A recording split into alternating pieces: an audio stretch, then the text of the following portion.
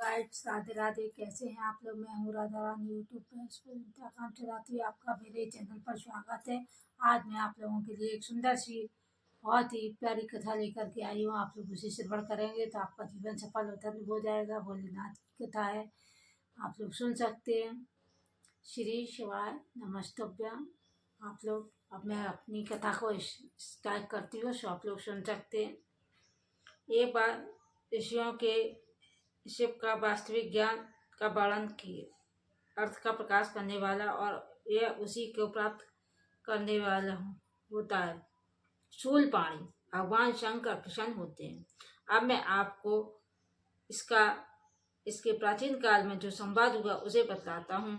अपूर्व काल में सती ने अपने पिता दक्ष के यज्ञ में शिव की निंदा सुनी तो उसी क्षण अपना शरीर त्याग दिया और हिमाचल के घर जाकर के जन्म लिया। फिर नारद जी ने उपदेश से शिव प्राप्ति के लिए उन्होंने तप किया, तो हिमाचल ने शिव जी के साथ इनका विवाह किया। एक समय देवी पार्वती ने अपने पति शंकर जी से कहा, हे देव, मैं आपकी वही स्त्री हूँ जो कि पिता दक्ष के यहाँ आपकी निंदा सुनकर शरीर त्याग दिया था।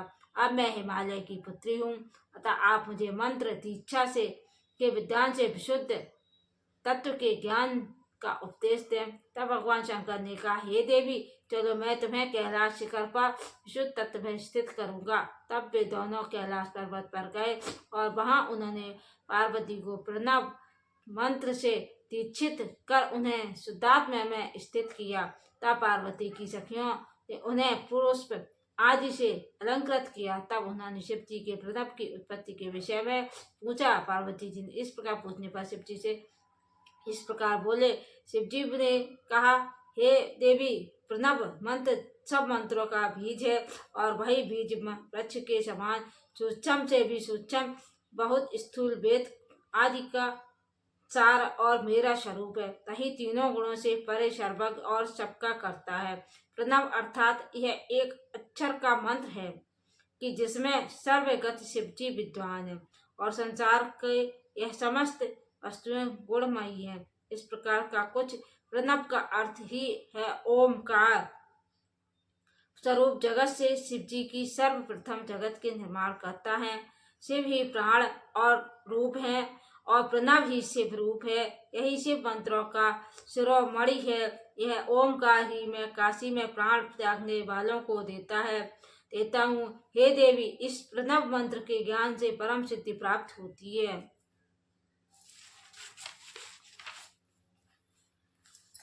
ब्रह्मा से लेकर प्राणियों तक यह प्रणव ही सबका प्राण है।